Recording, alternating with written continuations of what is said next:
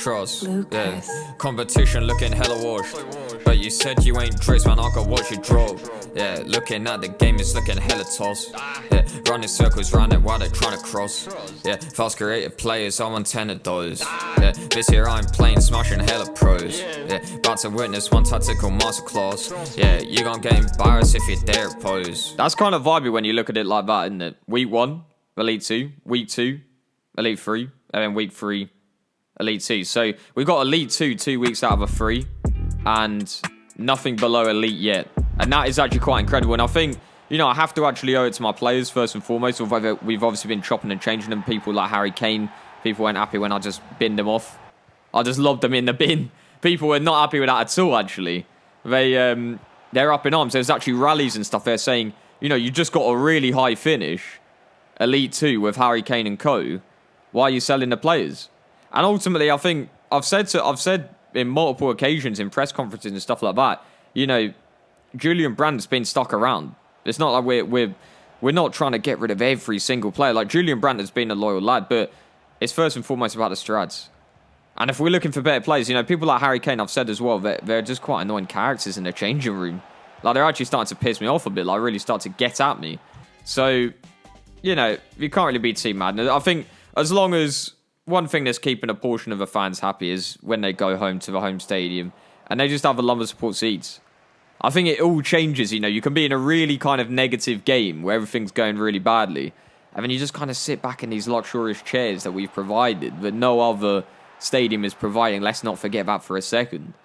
And they just really start loving the club again. And that's what I like. I really do like that. So, yeah, we're doing really well so far in FUT Champions, but I think now is the time where we need to push on. And I think I recognised that with the low-key deal that I can't really say on the books, but, you know, the low-key deal that we actually did with Jabba the Hutt, and it was off the books really, really low-key. So, yeah, it was just the board of directors are still trying to find out the culprit. I don't know who it could be. You know, I'm pointing fingers in every single kind of direction. But, yeah, they're trying to find out who made these big dealings, who brought in Xavi and stuff like that. And I've had people knocking on my door, just saying, where on earth has Xavi come from? I'm pretty sure he retired. Just say, I don't know what you're talking about. But at the end of the day, he's playing for the team, and he's doing work. So, yeah, we actually lost, I think, we lost a game back there, which is kind of peak. But I got the players kind of rallied again. And I said to him, obviously, we've done really well so far, but let's try and push for Elite 1. That's what we're trying to do. We're really trying to push for the next rank, because we don't just want to be that club.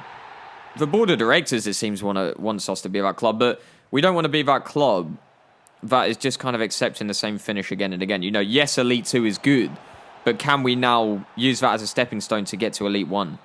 Maybe even top 200. Can we actually... Mate, I actually tell you what, that would actually be sexy, wouldn't it? Like, reaching the top 200 clubs on the planet, being amongst some of the greats. You know, being amongst some of the absolute best on the planet. I mean, it's tough. And I've said to the players, you know, I don't know if we're going to get there. And the reason I say that is just because I don't think it's going to be the same players that will be the ones that get there. I actually do fully believe. So there's actually been a couple of people, I think they've kind of misquoted me on that. They've said, because I said, I don't think we're going to get there. They basically think that I don't think Lego Padme FC are going to get top 200. But they actually misquoted me because I just meant the players that are in the club at the moment, they're going to be in the bin in a week. So I think it's you got to get that kind of, you know, you don't want to be telling false news and fake news. I've also seen something about, there was someone the other day, I think it was, somebody was saying in one of the press, I think it was someone in the press was basically saying something about Lego Padme having COVID. And, you know, they don't even know what COVID is. This is an alternate universe. I don't think you understand, really. There isn't such thing as COVID. Obviously, when you go to this universe, the air's a bit cleaner. You know, the sun's a little bit warmer.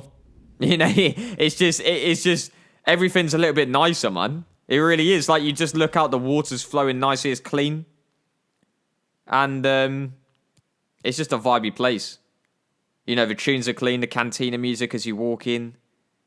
It's just, yeah, it's a whole different universe. And, yeah, so COVID is not really a thing out there. That's what you got to know. So, yeah, another tough game. Another tough game. You can, you know, you can have all the nice kind of luxuries of the alternate universe and all of that, But when it comes down to it, there is still a lot of other people fighting in this alternate universe that can rough you up. You know, there is still negative times, rough times. And this is when you just got to hold together. You got to hold each other and just say, lads, we can get back. And on this occasion, I was actually advised not to say that. Apparently, giving false hope is a waste of time in this kind of scenario, because once the third goal goes in, I don't even know what I did, to be honest. I think I wasn't even at the game in the first place because I was eating at McDonald's and I had it home delivered or something like that. So I just kind of I was appearing on hologram and all the players genuinely thought I was there. I knew we were going to lose the game from the start because we were up against Tarkin, and tactically he's outclassed me from the get-go. So I didn't bother turning up to the game, and everyone actually thought I did, which is kind of jokes.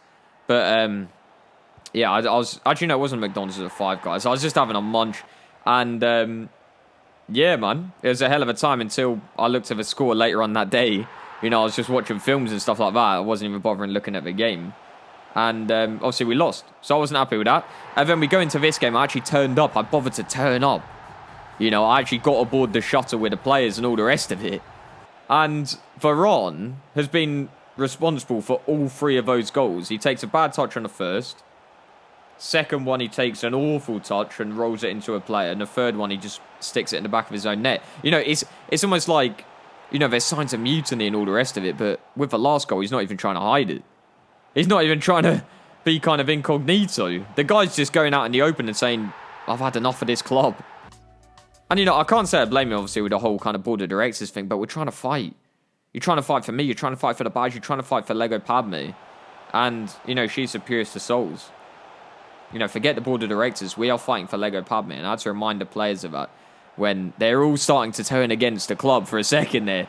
And they're all like, oh, let's go up to the board of directors and have them on and all of this and, like, take them on and start swinging and all of that. And I just had to calm them down. I said, they're too powerful for you, man. They got too many rags. They could expel you from this class at any time. And it is a bit of a masterclass. But unfortunately, we are starting to lose games now because the players just aren't in amongst it. They're not fighting hard enough. So we get a win there. I think, obviously, the team talk, you can say, worked quite well. And, obviously, a little bit of Nicholas Breslin with the knuckle dusters once more that did need to be applied. Because I was thinking of kind of the whole, let's not absolutely, you know, beat these players up and really rough them up this time. Let's be clean with them. Let's just be kind of relaxed. It didn't work. So I had to bring in Nicholas Breslin. I also got Shannon Briggs, and he knocked out a couple of lads. They woke up and they felt a little bit differently about it. So I think, yeah, once again, I think we've managed to get the players back on side. Xavi scoring a really nice goal there. I don't know what's going on here defensively. All sorts of questions. You know, when I'm watching the games, I don't like to have more questions than answers in terms of what we're going to do going into the next game. And quite honestly, all of these games just made me question my own team. I was just sat here like, what are we doing? Like, are we playing the right formation? Tactically, have I lost it? Am I past it? You know, are these managers like Tarkin just way ahead of me? And I'm looking at the team. I'm just watching it all unfold. You can kind of imagine, really, just sat back in my lumbar support, lean it back even more, just really sit back. And I fell asleep during the game. I was so stressed out. Sometimes when I'm so stressed out, I'll just fall asleep. I was just sleeping. And they woke me up and I was still in the Foot Champ Stadium and it was another game. It was another game. I was just sat here and the whole time, nobody even bothered to wake me up. So, yeah, here we are in the next game. Julian Brandt looking to get something going here. Come on, man. Wilfried Zaha, what's he saying? The guy's got a bit of technical ability and that's what we need in these types of games. We need lads that can really turn up, that can actually do the most. And, you know, fair play to him, Wilfried Zaha. That's what I like. Somebody that's actually willing to fight. So I think we actually missed out on a game there in terms of the Lego Padme FC media team not having the cameras at the game. I think it was actually a game which they didn't want any cameras showing their tactics or something. It was a very... I mean, I can understand that if you've obviously got a really good set of tactics. But the team that we actually played against had some pretty shocking tactics. But just didn't work at all. So I'm not sure why they didn't want to be recorded. I mean, unless they want us to be spared of quite an embarrassing defeat, really. So yeah, we get Elite 3, which is our kind of minimum finish, I guess, of this club. This is the board of directors basically just said to me, if you get anything less than Elite 3, you're out. And so that I'll say, I mean, I don't know how you can say that when you're not even allowing us to spend money, but you know, like, that's the policy. At the end of the day, you know, they've made it very clear that if I don't get that type of finish, I might as well wave goodbye to a club, which is quite sad. You know, it's like that classic little scene in Fast and Furious where the two cars driving off and all of that. But I'll quite happily depart the club if the board of directors want me gone or whatever. I'll quite happily take my players like Xavi. So Julian Brandt and Xavi probably the only lads that will be on the bus headed to the next club. The other lads, see ya. You know, I honestly couldn't care less about them. I mean, I hate to say that on the mic in front of, you know, potentially some of my players are actually watching this right now and actually, you know, a couple of tears to the eye. But unfortunately, it's just business, lad. It's just business, lad. I hate to say it. So, yeah, we're going into another game. I think we just need one win now. And we get a red card, Julian Brandt. And, you know, you might be saying, why don't you blame him? Why don't you blame Julian Brandt for getting a red card in one of the biggest games of the season where you... Hello? I think the mic's been cut again. This is getting a bit sketchy. This is getting a little bit sketchy. Oh, my days. I think... Apparently, well, the board of directors have just come in and they've all suddenly swarmed into my room. Hello, lads. You all right? Flipping hell. Oh, no, don't... Nah, please. I beg. I better not see the boy out. I have still got... Look at my contract here. Contract. Yeah, thought as much. Oh, they're walking out now. For some reason, they thought I didn't have a contract. They were trying to take me down there. Oh, my days. My life just flashed before my eyes. That was actually mad. I just literally saw, like, FIFA 17 Top 100 all over again and everything. That's pretty much my life summed up. Like, that's the only thing that's really happened, which is kind of mad. But, damn, that was actually scary. They wanted me gone for a second there. Right, well, I guess life goes on, really, doesn't it? It presses on. And so does the team, even though we're 3-2 down there in extra time. And that's kind of peak. And I think what I was saying just before my life was almost taken, man's quitting the game, that's vibey. Yeah, I think I was just saying, like, Julian Brandt, we had to give him a bit of witness protection just because he's one of the boys. And, yeah, I mean, you got to love him, really. I don't care if he gets a red card, as long as he's showing grit. He went into a 2-footer, I think it was a 2-footed challenge. And that's just kind of jokes. I just laugh, like, I don't know. The opposition manager wasn't too happy with me, but nonetheless, we now need a win.